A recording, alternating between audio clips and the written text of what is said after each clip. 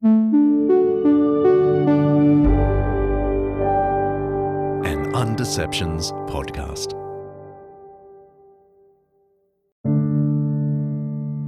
Do you still have bad pictures in your mind or sounds that you find hard to get rid of? Yeah, I think that sound of that person that was shot by a sniper on the middle of the street, I think it will remain for me like for a long time. It's just like, it's the sound and the feeling of shame, just sitting there not being able to help him. Yeah. Akram Keogh was in his mid-20s when the first protests of the Arab Spring began at the end of 2010. He and his family lived in an Assyrian village just outside the city of Al-Hasaka, in the northeast corner of Syria. The protests emerging in Tunisia and Egypt at the time felt far away. But as you just heard, they ended up coming way too close.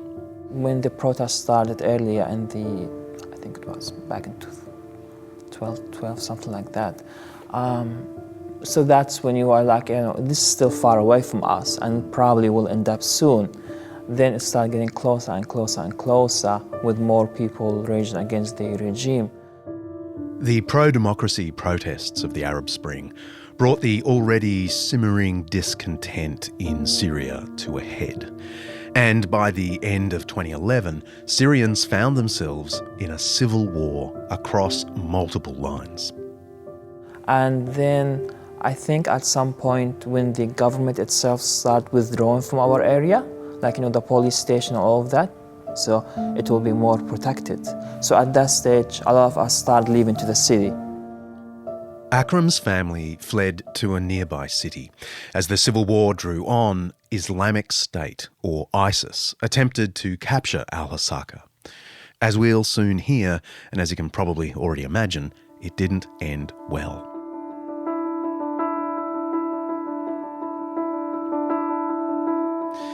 We're going to be talking about refugees in this episode. And I'm fearful that there's no way to talk about this without sounding political, even though I am really not political. I'm your classic swinging voter, if you must know. But of course, not talking about this issue is also, in a sense, a political act. In my own country, the political line on refugees has been pretty much bipartisan. Both major Australian parties have been accused of, quote, a competition on cruelty for over a decade. Australia's track record on welcoming refugees, regardless of which party is in power, hasn't been great. There have been highlights, of course. Akram's family is among them. But given the scale of the problem, the highlights seem like a flickering candle in a storm. Well, our guests today have an agenda. I need to be open about that. They're experts in policy and theology and a living, breathing Syrian refugee. They emphatically want us to welcome the stranger. So there's some undeceiving to do here, for me as much as for you, for folks inside the church as much as for those outside. Christianity is clear. Providing refuge for the downtrodden foreigner isn't politics. It reflects one of the most basic ideas of the faith, that God is merciful to the needy outsider. I'm John Dickson, and this is Undeceptions.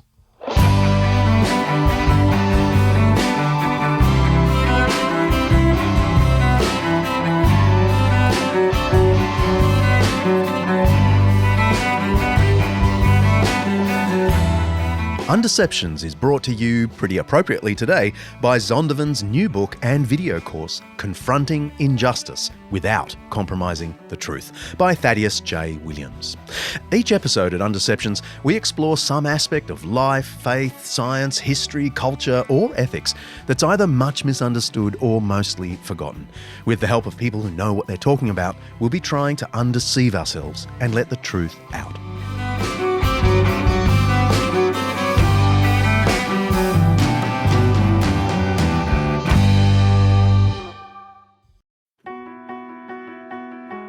This episode of Undeceptions is brought to you by Zondervan Academic's new book, Jesus and the Powers by N.T. Wright and Undeceptions' favourite, Mike Bird. Should Christianity have anything to do with politics? I mean, you could argue that Christians have done more harm than good once they get a whiff of power. Mike Bird and N.T. Wright address this question and other questions in this magnificent overview of the political implications of the Christian faith and the Church's historical engagement with the powers and principalities. They shed light on current geopolitical events and ask, what would it look like if there were a faithful Christian response to crises like the Russia-Ukraine conflict, the China-Taiwan tension, political turmoil in the US, UK and Australia, and the problem of Christian nationalism.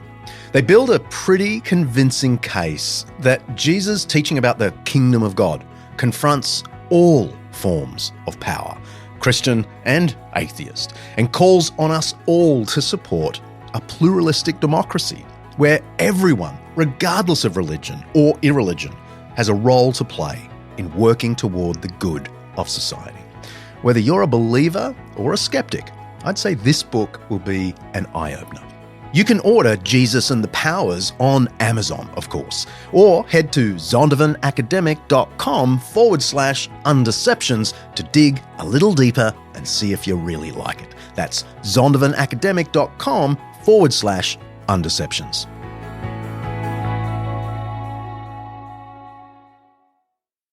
It started becoming more difficult with electricity, water, things getting expensive. Even to get bread, it was like a miracle, to be honest.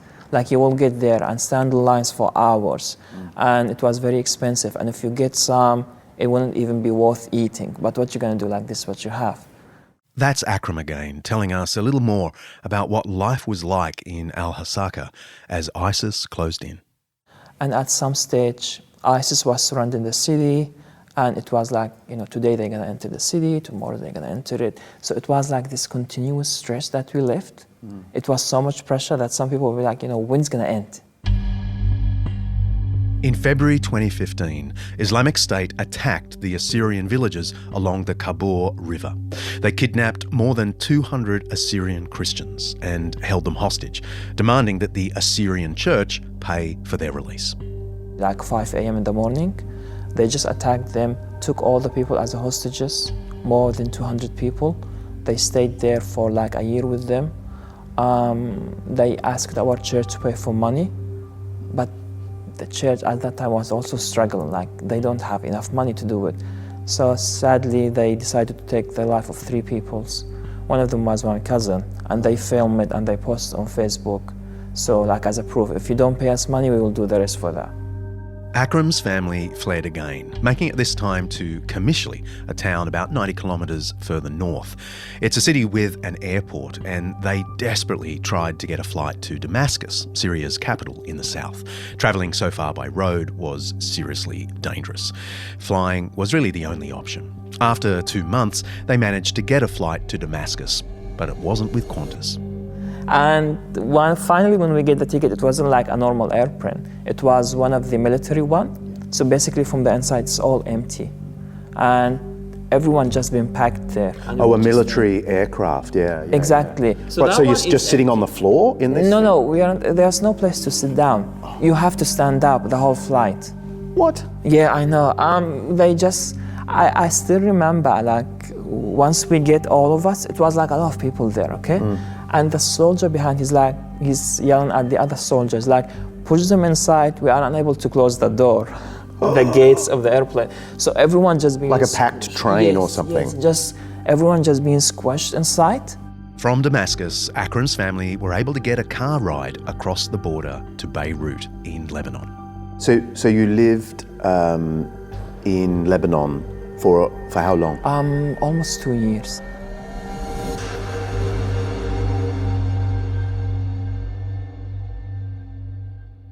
In 2015, there were 6 million people living in Lebanon, and 1 in 4 of them was a Syrian refugee, just like Akram.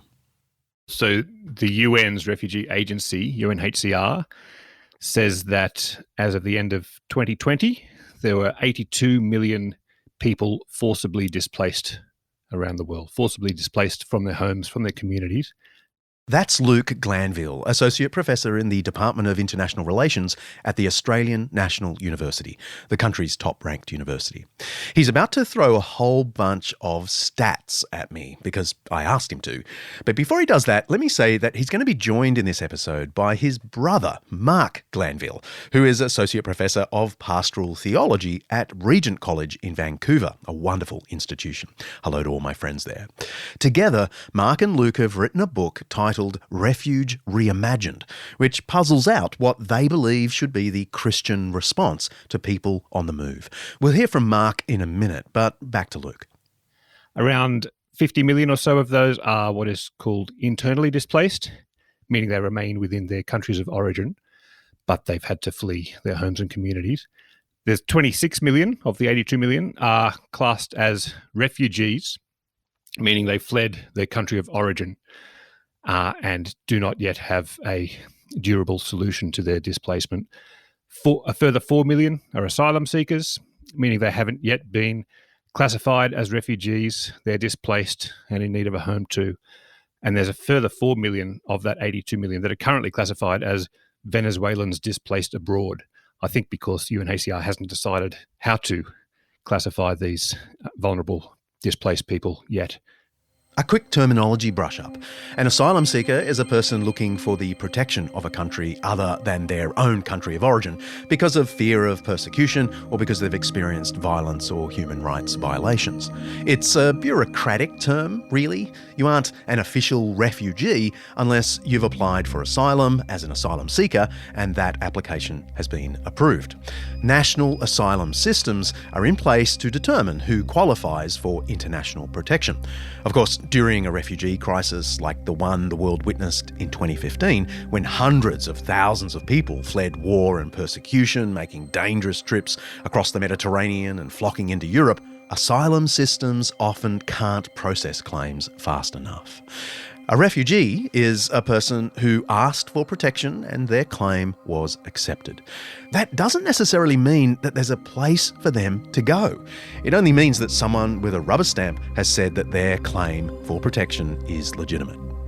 So last year, during COVID, the global community resettled only 34,000 of those displaced refugees and other displaced people.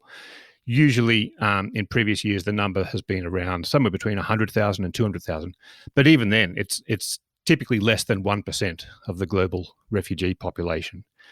And in the meantime, the vast bulk of responsibility for caring for providing assistance to and safety to refugees falls on poorer developing states in developing regions of the world. Hey, John Dickson here. Hi, Micah and friends. I'm in the Zatari refugee camp in Jordan, right near the Syrian border. In fact, just over that way is the Syrian border. And this is one of the main camps for Syrian refugees from the terrible crisis that has emerged over the last several years. In January 2019, I got to visit some United Nations refugee camps, both on Jordan's and Lebanon's borders with Syria. The trip was sponsored by the Bill and Melinda Gates Foundation and organised by the aid agency Save the Children and the Australian government. This started as a little camp with a few thousand people, and they just set up 3 districts. And no one expected the crisis to go on so long and for it to be so devastating. And now there are 12 districts all around this place, and it's grown up to the point where there are now 80,000 refugees here in the camp. People that have literally fled for their lives, who can't go back to Syria. At least not right now. People talk about the fighting sort of calming down, but actually the politics make it impossible for the vast majority of these people to go back to Syria. It was a privilege to see the amazing work being done by aid agencies, many of whom are Christian aid agencies, by the way, to support refugees while they wait for something, anything, to happen. Providing humanitarian assistance for refugees in these camps is obviously extremely important, but it doesn't solve the problem of where they'll go. Almost no one I met living or working in these camps, whether they're in Jordan or the other tent city I visited in Lebanon's Bekaa Valley, ever expected these refugees to be able to return to Syria. Almost 3 years on, Syria is still an extremely dangerous place. These so-called temporary camps are getting more and more permanent. But living in tent cities can't be a solution. Mark and Luke Glanville wrote Refuge Reimagined to try and answer the question, so what next? What is the Christian response to the people still languishing there in those camps? We wanted to explore refugee welcome in the context, well, in the terms of Scripture itself. That's Mark Glanville now, the biblical scholar of the pair. And so human rights, of course, is really a modern Western construct, a liberal kind of construct. Other recent motifs are hospitality. They're all great concepts, and we certainly affirm them. We wanted to speak in terms of the way that the biblical authors were thinking and experiencing life. And so as an Old Testament scholar myself, this is something I really wrestled with. I've done a lot of study and written books on the law in the Pentateuch, the first 5 books of the Bible. And this is very ancient law, which is a part of God's word. And just trying to work out, some of the laws are quite well known. One well-known law might be leave the gleanings of the field, or a Sabbath law to give the stranger, the refugee, rest even as you take rest. And I was just wrestling as a scholar, what did this mean to them, to these authors? The biblical concept of gleaning is first found in Leviticus 19. When you reap the harvest of your land, it says, do not reap the very edges of your field or gather the gleanings of your harvest. Do not go over your vineyard a second time or pick up the grapes that have fallen. Leave them for the poor and the foreigner. I am the Lord your God. The purpose of the law was to feed the poor, the orphans, the widows, and the foreigners. It was like an ancient safety net or food bank, and everyone had to participate.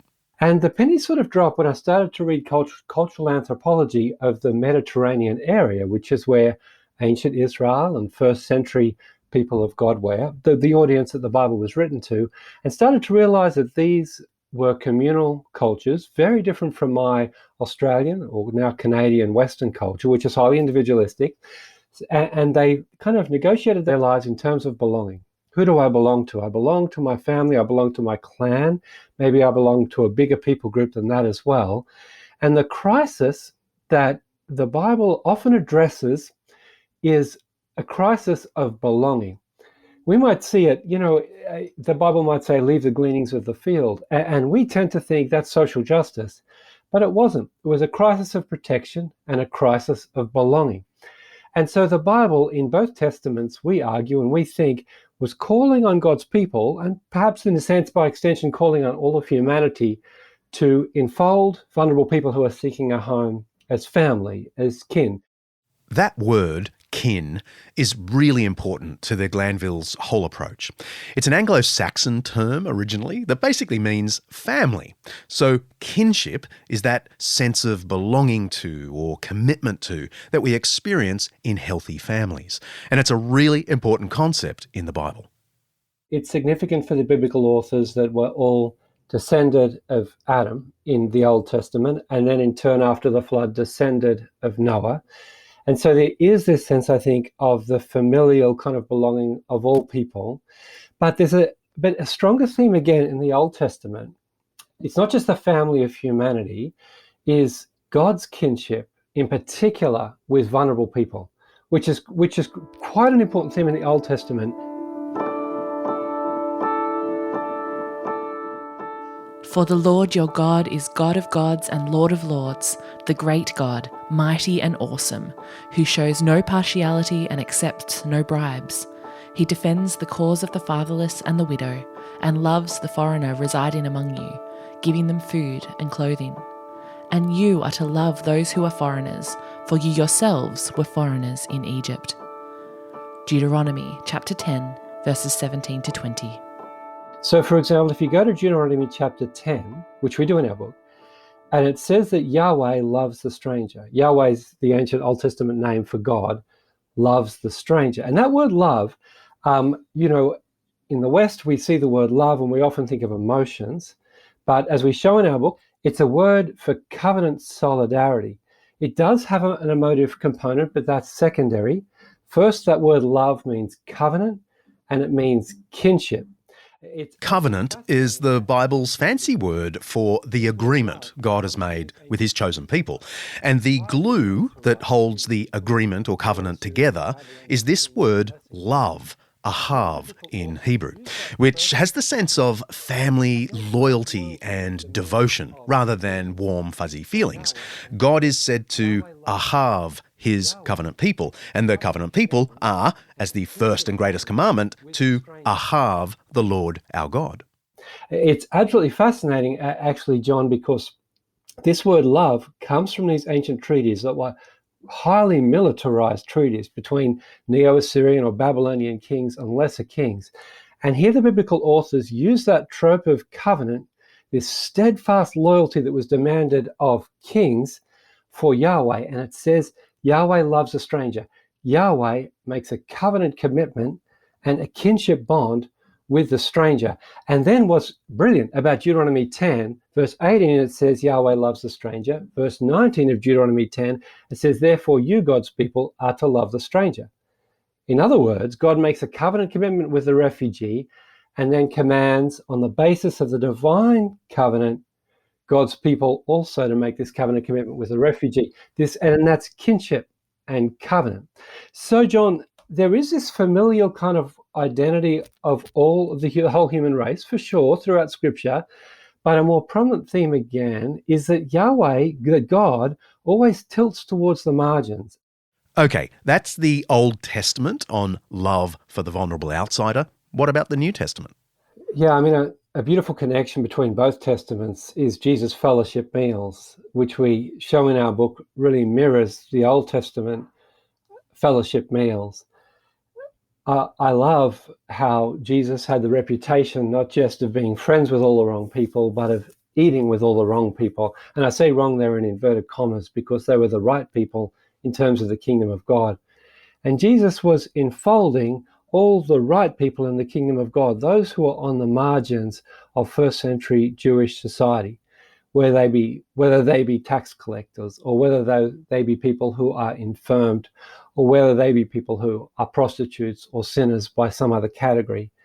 There is a movement in both testaments of bringing the weakest to the center of the community. Belonging, kinship, it's everywhere in the Bible. And of course, it all sounds wonderful, but perhaps a little bit idealistic. I'd love to welcome a refugee to my house for dinner, sure, but I can't possibly welcome thousands for dinner. The actual size of the refugee problem feels so enormous that it's hard to see a way to overcome it, short of getting rid of borders altogether and saying, come on in, everyone is welcome. Is that what Mark and Luke and others are advocating?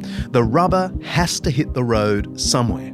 Is there anything like a practical approach to the refugee problem? That's where we go after the break.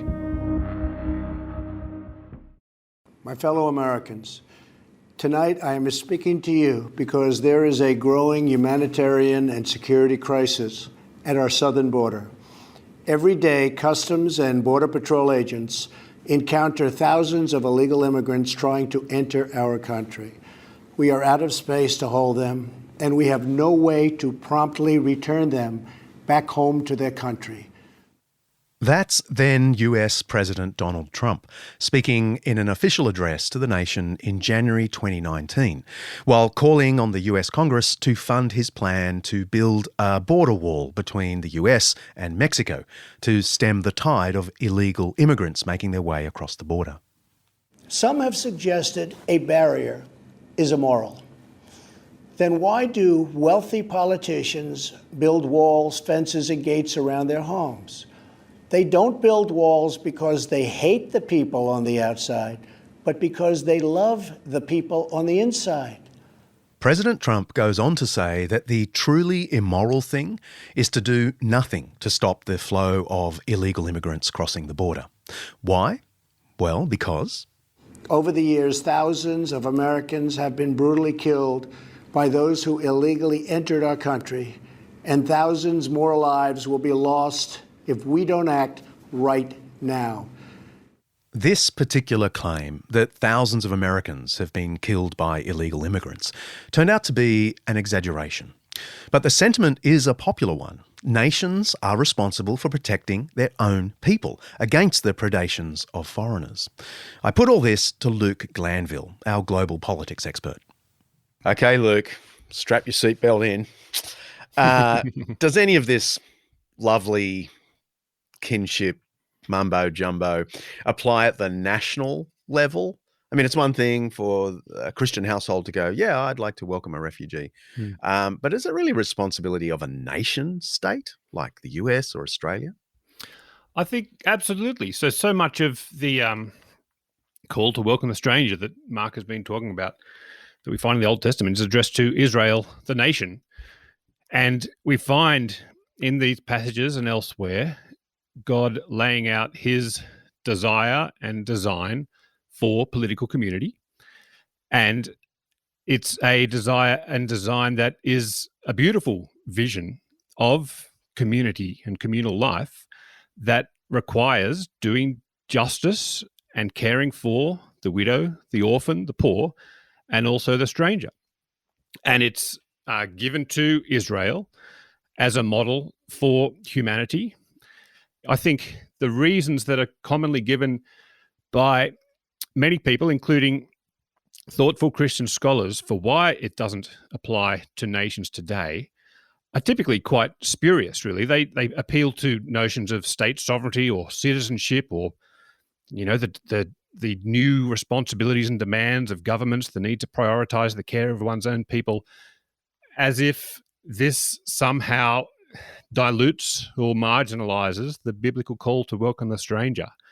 So many of these concepts that they appeal to, when you look at them in historical terms, really, if anything, amplifies the call to care for the stranger, because they are typically concepts such as notions of state sovereignty, notions of citizenship that historically developed in horrifically unjust, racist ways that involved the exclusion of and oftentimes the extermination of undesirable peoples.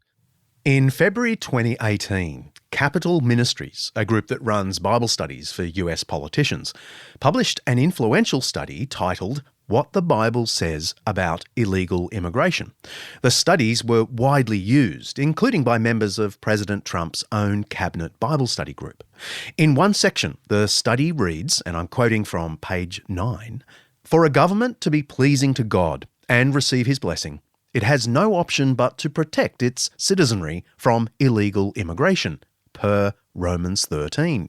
It must always protect its borders and punish those who enter illegally. Any governmental response that is less than this violates God's clearly revealed intention for government and invites chaos, as we now are seeing on our southern borders." End quote. And so this is an influential Bible study, and the Bible study group asked the director of Capital Ministries to write studies on immigration, studies on the wall. What does the Bible have to say about the wall?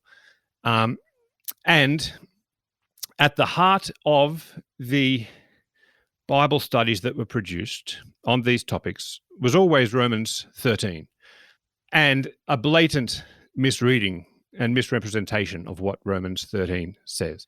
I see it so often, particularly by American Christians, who just take for granted that Romans 13 has things to tell us about immigration, about the need to prioritize the care of one's own citizens over the care of foreigners. Romans 13 says nothing like that. We've spoken about Romans 13 before in this season, in episode 55, Just War. There's a link in the show notes. Here's producer Kaley reading the first 2 verses of that controversial chapter. Let everyone be subject to the governing authorities, for there is no authority except that which God has established. The authorities that exist have been established by God. Consequently, whoever rebels against the authority is rebelling against what God has instituted, and those who do so will bring judgment on themselves. Romans 13, 1-2. It talks about doing justice, and it talks about respecting and honouring those in authority. But nowhere does it say that governments are put in place to prioritise the care of citizens over non-citizens. Indeed, concepts of citizenship weren't even available to Paul writing Romans 13. You might be thinking, but what about Roman citizenship? That concept was certainly available to Paul. Yeah, but that kind of citizenship was nothing like our own. You could be a Roman, born and raised, and not be a citizen because your family was once made up of slaves or you didn't belong to the right class. Roman citizenship was like a civic honour more than a reference to nationality. And the point that the Honourable Gentleman is making, he claims that everybody coming to the UK are genuine asylum seekers. They are not, Mr. Speaker, and the evidence shows that. And even the authorities in France say that 70% of people crossing the Channel and entering France, and northern France in particular, are single men and they are economic migrants. Just last month, October 2021, the UK's Home Secretary, Priti Patel, claimed that 70% of asylum seekers crossing the English Channel are economic migrants. Only 30% are real refugees. But refugee agencies point out that the statistics suggest it's roughly the other way around. A full 2/3 of those who cross the Channel are subsequently found to be genuine refugees. As we were putting this episode together, news broke that at least 27 people had died when the dinghy they were travelling in capsized in the English Channel, the worst ever disaster involving migrants in the Channel. According to the BBC, over 24,000 people have attempted the dangerous journey from France to Britain in the year to September 2021, with people smugglers selling seats on blow-up boats for upwards of £3,000. Asylum seekers to the UK have risen to the highest level in 20 years, with 37,562 applications also in the year to September. The UK has granted protection to 13,210 people in that same time period. Anyway, it's a common fear that many of the people trying to enter our countries from somewhere else aren't really fleeing for their lives. They just want better lives. And that's not totally fair on us. I put that to Luke. We find it useful in the book to think with the parable of the Good Samaritan. Often Christians who are seeking more generosity from their governments, from their states, call out their governments as failing to act like the Good Samaritan, failing to be sufficiently generous, risk-taking, cost-accepting for the sake of the vulnerable. And I think that's important. But in addition to that, I think it's worth talking about and seeing how our Western states so often also act like the priest and the Levite, quite intentionally crossing to the other side of the road to avoid an encounter with the vulnerable people. So Australia, the US, Canada, many Western states spend billions of dollars each every year containing displaced people in the global south, so keeping them far away from us, deterring them from making their way to us, and detaining those who manage to make journeys all the way to us, detaining them indefinitely so as to deter anyone else from attempting the same journey. But more than that, I think it's really important, and this gets to the economic issue too. It's important to see how, in really crucial ways, we act like the robber in the parable, in that we are complicit in historical and ongoing policies and activities that contribute to the generation of crises that contribute to the displacement, not only the displacement of refugees via persecution and wars and conflict, but the displacement of people who are forced to move because of the entrenched economic inequalities that we in the West are in a large way responsible for creating and sustaining through to the present day, that creates a need for people to move, often towards us, to seek a dignified life. I think in Old Testament times, That's Mark Glanville. some people who were on the move were fleeing famine. and then others, many were fleeing war because the land of ancient Israel was a thoroughfare for the giant armies, the nexus between the great empires of Syria and Egypt. The responsibility is toward the vulnerable person seeking a home, which of course is hand in hand with the responsibility toward the fatherless and the widow. And interestingly, in the Old Testament, the stranger is much more prominent, which is just fascinating because in ancient Near Eastern texts that sound like the Old Testament text, the fatherless and the widow constantly appear, the stranger barely ever, never in quite the same way that they do in the Bible.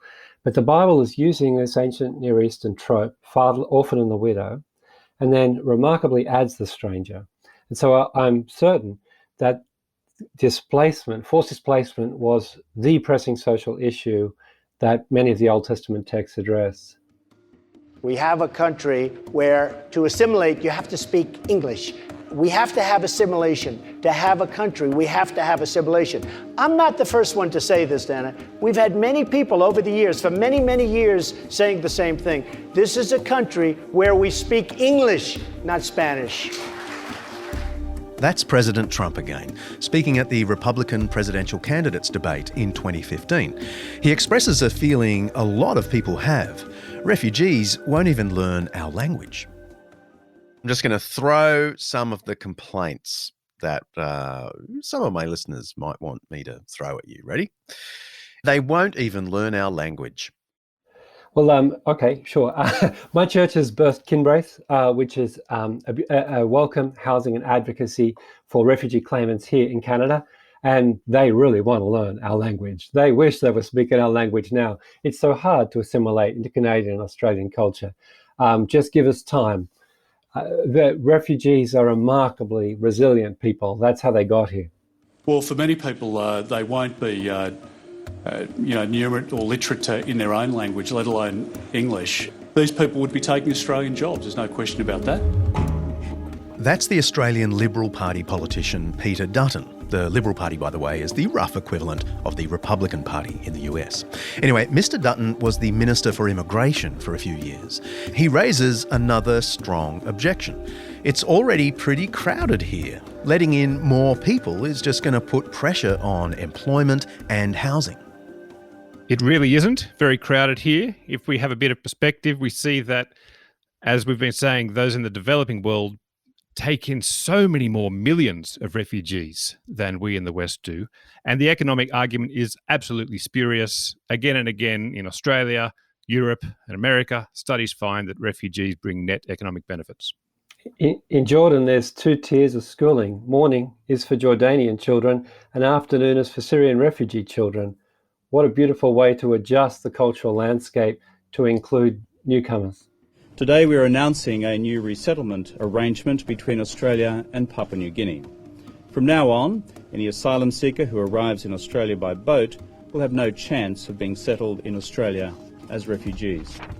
That's Kevin Rudd, the Labor Party Prime Minister of Australia in 2013.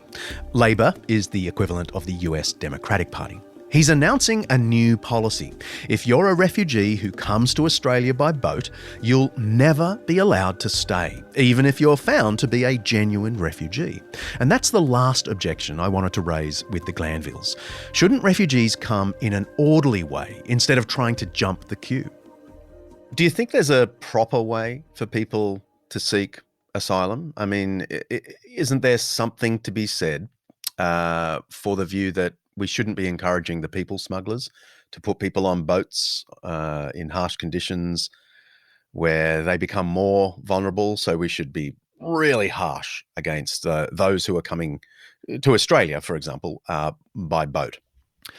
I think we have been led to think in terms of and talk in terms of good refugees and bad refugees. The good refugees are those refugees who wait patiently, who give up their agency, who wait in refugee camps and urban centres far from us, waiting to be rescued by white saviours. We're always happy to be the rescuer. We find that gives us all sorts of warm feelings inside at the individual level and the national level. The bad refugees are those refugees who have the temerity to exercise some agency and seek their own safety and to move towards us. We hate that. We hate it when refugees are willing to take matters into their own hands, and if necessary, and it is usually necessary, or it's often necessary, to pay people smugglers, only because we make it so hard for them to make their way to us to claim asylum in all kinds of different bordering techniques and practices, legal and material, that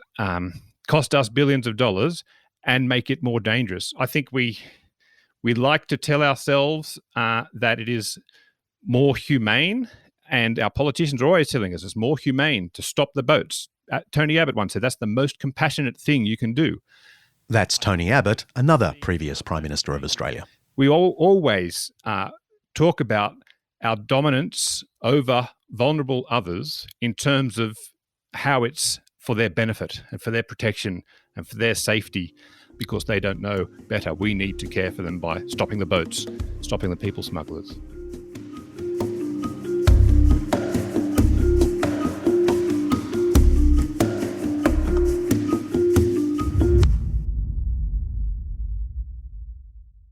St. Augustine and Thomas Aquinas, two of the biggest brains of church history by anyone's estimation, said that we need to order our love.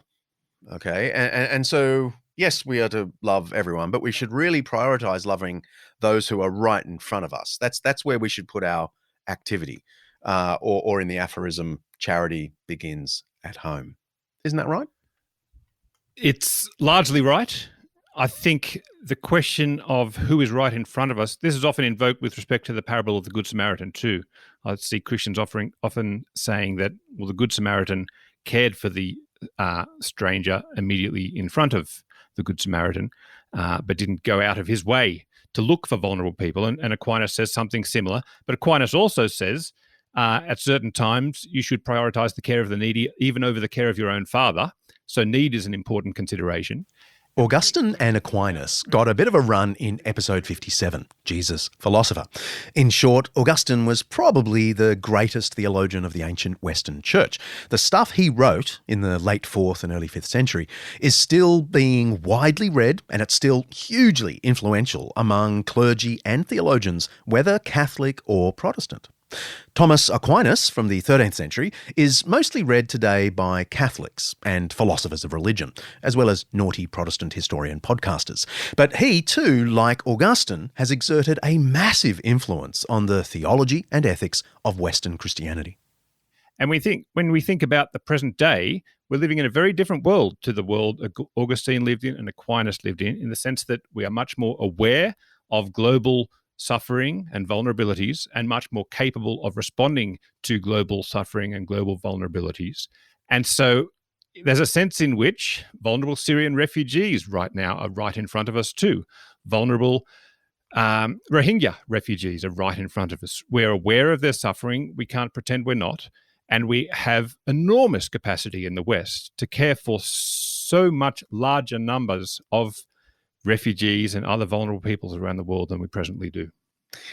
Do you think there should be any such thing as border security? I mean, you take this either Mark or Luke, but I mean, you take it from the biblical perspective. Is there any such thing as, securing your borders?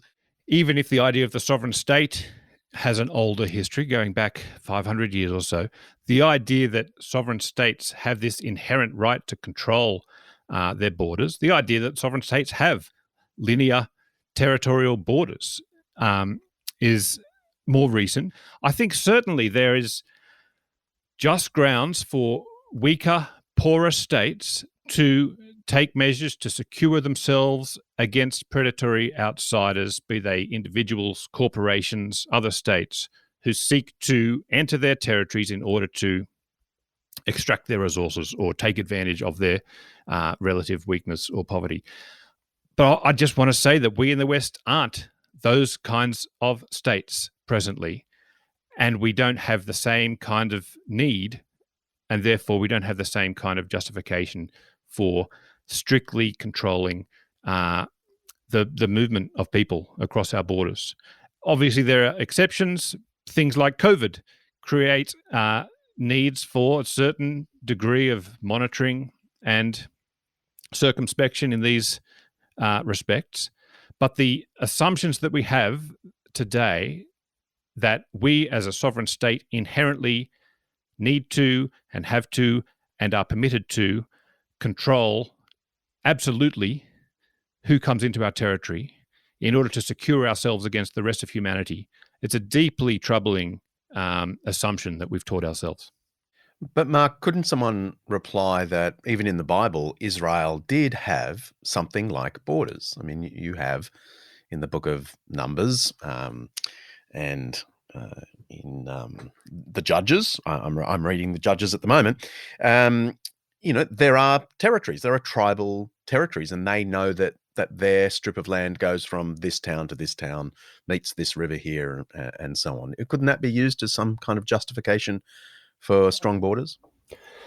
Yeah, no doubt in the Old Testament there were certainly people groups and there was certainly territory, and that makes sense of our lives, doesn't it? We belong to a place, we belong to a people. That gives us meaning and direction and belonging. That's meaningful. And we also see some mobility. We see Ruth, for example, in the book of Ruth going from ancient Israel, Naomi going from Israel to Moab, and then Ruth with Naomi coming back to Israel. So there's more mobility than we might kind of imagine if we were to project today. They didn't need a passport sort of thing. But just the same, we need to discern very precisely the biblical ethic of what is a Christian response to vulnerable people. What is the Christian response to vulnerable people seeking a home? And on that, the Bible is relentless. There is no tolerance towards those who question the dignity of people. The world sees Germany as a land of hope and opportunity, and that wasn't always the case. That's German Chancellor Angela Merkel, who, after 16 years leading Germany, is stepping down this month. Merkel was addressing a press conference in August 2015 as Europe was trying to cope with hundreds of thousands of refugees flooding the region, the majority fleeing war and persecution in Syria, Afghanistan and Iraq. Many European countries closed their borders and boosted border security. Merkel refused to do the same. She kept Germany's doors open, and by the end of 2015, 1 million refugees had arrived.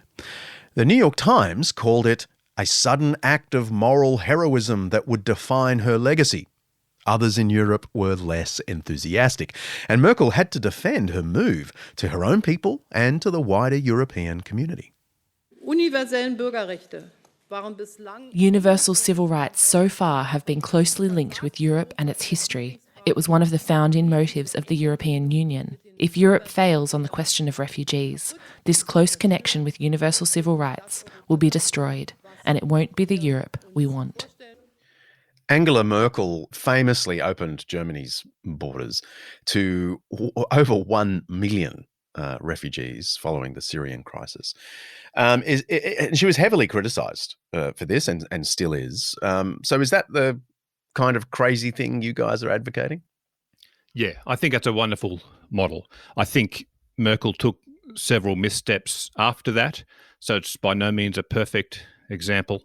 But at the same time, it's a wonderful model and a beautiful model in the sense that, as Merkel herself put it, this is a moment, this is an action that we can take as a nation that brings enormous pleasure to us and pride to us.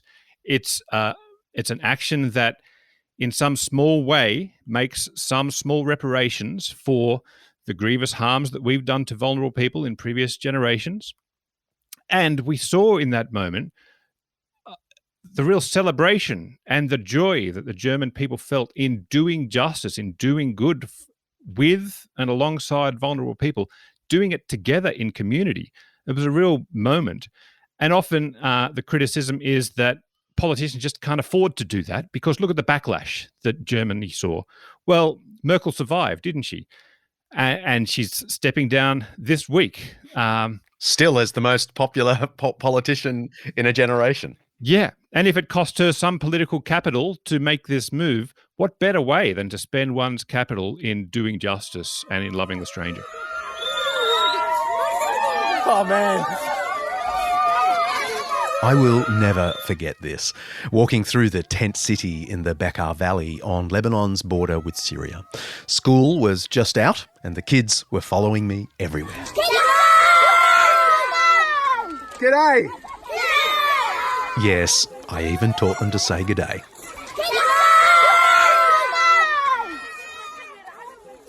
The aid agencies in this place do an amazing job with what they've got, but the pathways to the future are limited, practically non-existent. And it struck me that some of the kids cheering in that video you just heard are about to finish school, but there's no higher education for them. There's no employment, there's just more waiting. And there are more than 300,000 refugees waiting in the Bekaa Valley alone.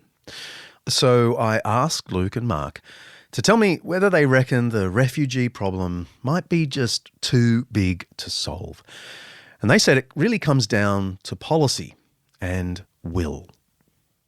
So one immediate change that we recommend in the book is that all states presently involved in resettling refugees up their intake tenfold tomorrow. UNHCR each year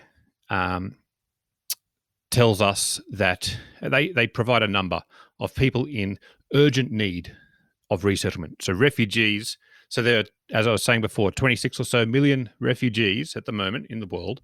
And each year UNHCR identifies somewhere between 1 and 2 million people that they say are in urgent need of, or even emergency need of resettlement.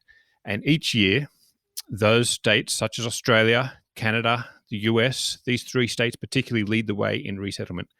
Collectively, the world states that resettle refugees resettle less than 10% of those who UNHCR say are in urgent need of resettlement, let alone the rest of those 26 million odd refugees who are in need of a home. So in Australia, it's something like 13,000 a year. Is that roughly the refugee intake? Yeah, it's usually somewhere between 10 and 20,000.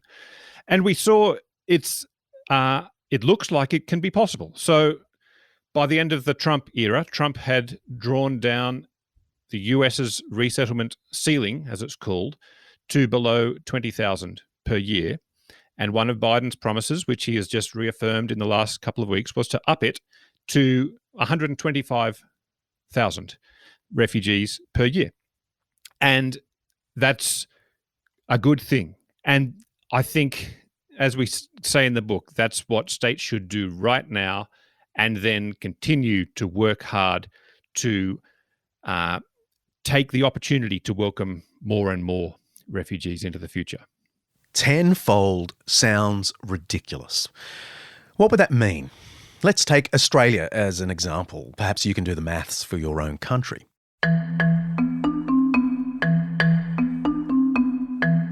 Over the 5 years up to 2019, before the pandemic changed everything, Australia took in an average of 10,000 refugees per year.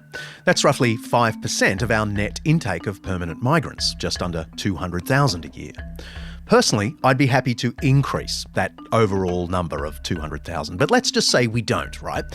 Let's say we increase the refugee intake by tenfold to 100,000 a year, and then take the same amount of skilled and family migrants, 100,000. We haven't increased our overall immigration at all, but we have played our part in solving one of the world's greatest crises. I'd vote for it in a flash, but I'm sure someone would tell me there's something I've overlooked.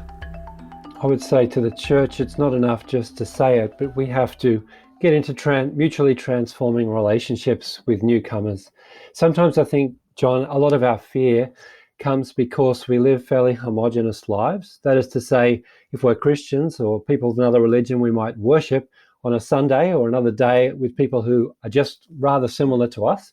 We might think look like us and have similar lives to us. And so we have little exposure sometimes to people who perhaps have come from a different country of origin or have a different life experience. I think that is a big part of the fear. I think it's a tremendous opportunity for the church to model a different way and actually to be transformed and deepened in the biblical story as we do. Mark's church in Canada, Grandview Calvary Baptist Church, is a great example of the church modelling a different way. In 1998, it launched Kinbrace, a refugee housing and support centre which operates 6 houses where refugee claimants live for 3 or more months as they make their refugee claims, get to know Canada and search for a permanent home. The community helps 30 to 40 refugee claimants every year. We'll put links to their work in the show notes. Now, I know that's a drop in the ocean compared to all the stats we've heard in this episode, but the ripple effect is far, far greater. And now in these 2 houses, they're able to house 30 or 40 newcomers and support them through the refugee claim. And my family, my nuclear family, my wife and my kids and I were able to join Kinbrace community meals each Tuesday night when it's not COVID, and we're able to eat together. And that is just an incredible thing, not just for Erin and I, but for our children as well, as they form relationships with newcomers from all around the world, and we're just human together.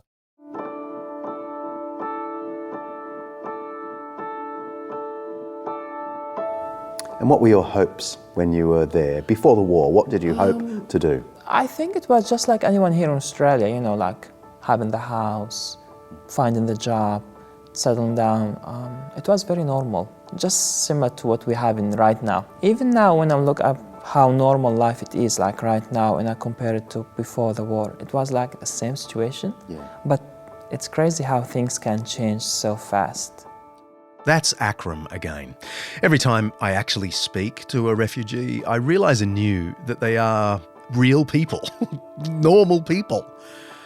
Before the war in Syria, Akram taught English and was studying to be a lawyer. His dreams were similar to my own children's dreams. But instead of living in the northern suburbs of Sydney, Akram lived in an Assyrian village on the Kabul River in northern Syria.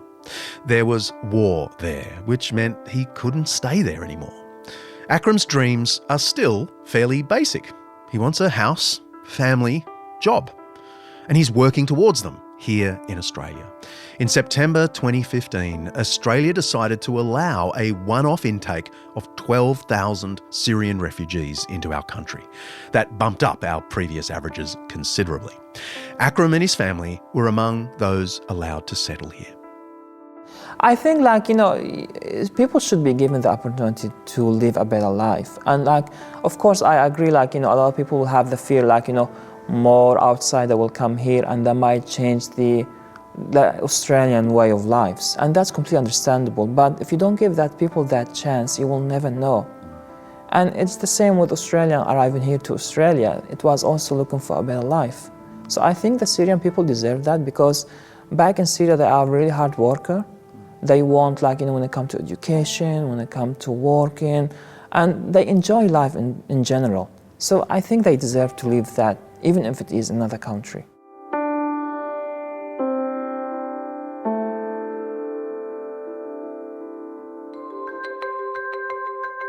Let's press pause. I've got a 5-minute Jesus for you. In my public speaking career, I've been interrupted just 3 times. Once in the Manning Bar at Sydney University during my band days. I was trying to introduce a song about God's love, and people in the front row threw beer cans at me. One hit me right in the head, and so I went on with the song straight away. The other was in a country pub where a woman interrupted my talk on God's love by yelling out, "How can you speak of God's love when he takes people from our lives?" That led to a very interesting conversation. But the third time was in a lovely Anglican church in Sydney at the traditional early morning service. You've got to imagine this wise, prayerful, orderly congregation singing hymns and saying the ancient liturgy. I was giving a simple exposition of the Old Testament book of Isaiah, chapter 58, part of which says, "Provide the poor wanderer with shelter." I said, and I'm quoting my actual sermon notes that I dialed up here, "Did you notice the reference to refugees in verse 7? Provide the poor wanderer with shelter. I don't really mind what side of politics you're on or what you think the practical solution is, but I will say that a Christian must not care more about border security than about asylum seekers." No sooner had I got out the words asylum seekers than a well-spoken gentleman yelled out from the pews, They're not asylum seekers. They're illegal boat arrivals. I didn't respond. I just paused and repeated my line. A Christian must not care more about border security than about asylum seekers. And sure enough, he yelled out the same thing. They're illegal boat arrivals. I moved on. And it just so happens that my very next lines went on to quote the oldest part of the Anglican prayer book, what's called the Litany, a series of short prayers to God for help. The bit I quoted goes like this: defend and provide for the widowed and the fatherless, the refugees and the homeless, and all who are desolate and oppressed. Hear us, good Lord. My interlocutor in the pew stayed quiet. Anglicans don't like to contradict the prayer book. Anyway, the experience showed me just how political the topic of refugees can be. It can even inspire a traditional Anglican to yell out in the church service.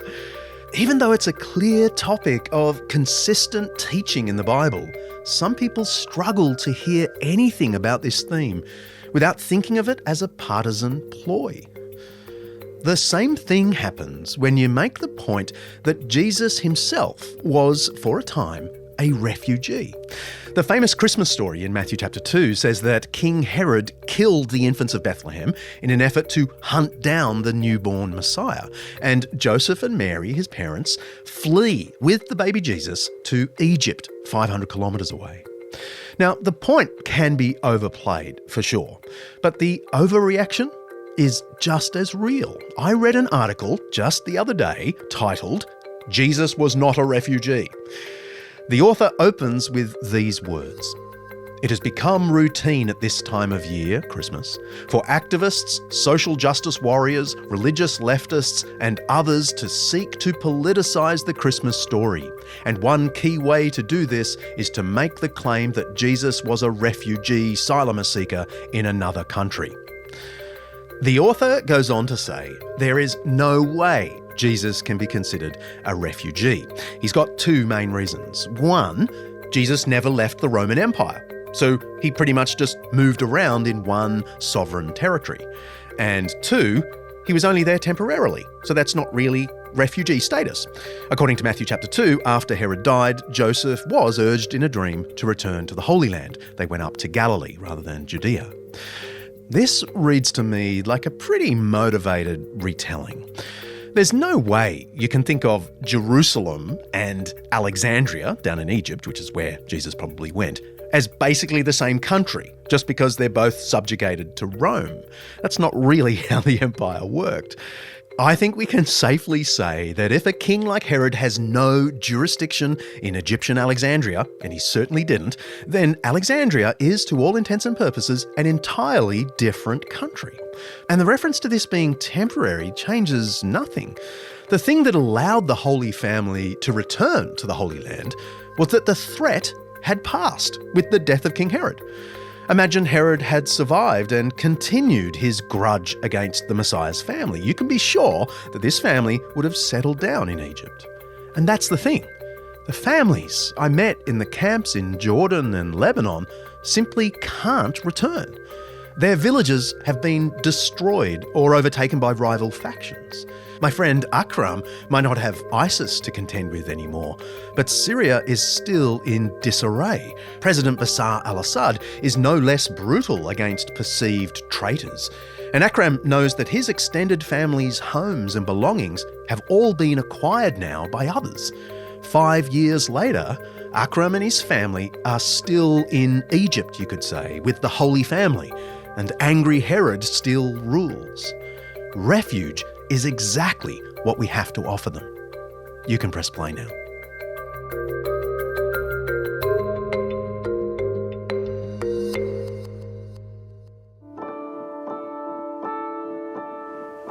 It's almost Christmas, Yeah. so I want you to tell me, what do you remember of Christmas before the war in your village? Oh my God. I mean, like, my father is big on this, okay? Especially when it comes to decoration. Even like, I remember like outside the house, we used to have those big trees. Like they were like huge, and he will still have put lines on them. I was like, it's too much.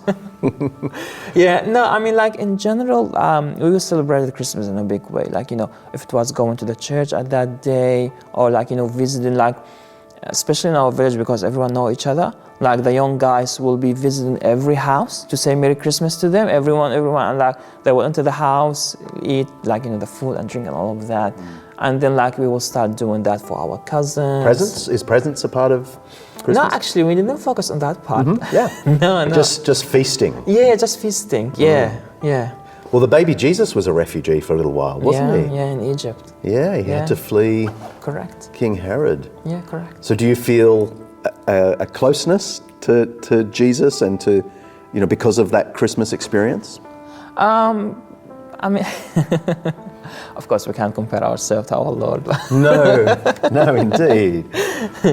I mean, like in some kind, Jesus, of course, has been through a lot of, like, you know, tragedy in his life. I will find it, like, you know, to be more closer to the human experience that we have it in here, rather than like, and especially like, you know, when he will enter the Bethlehem, not riding a white horse with a sword. You know what I'm saying? It just symbolizes like how close he was to us. Yeah, humble. Yeah, exactly.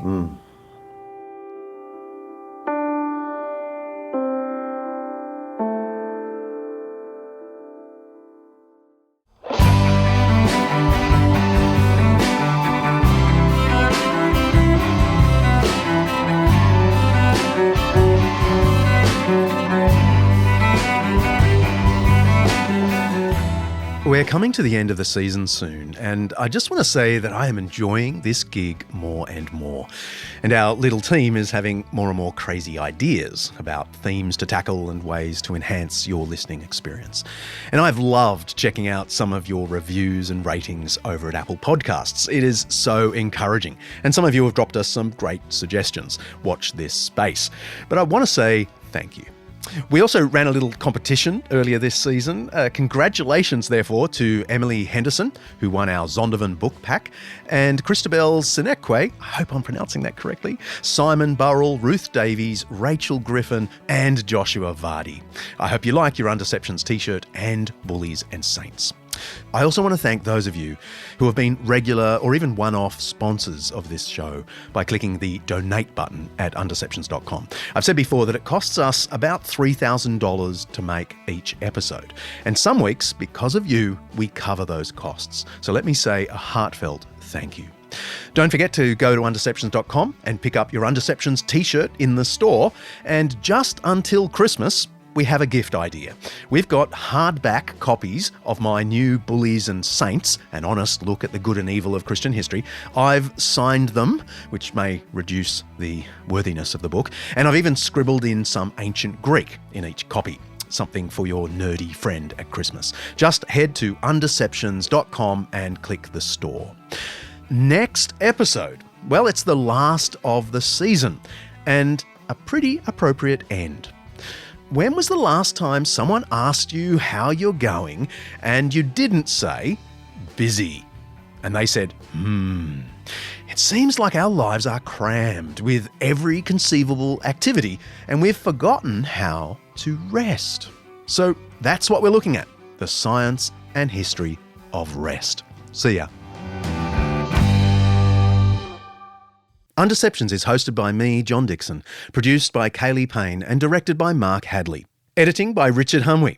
Undeceptions is the flagship podcast of undeceptions.com, letting the truth out. An Undeceptions podcast.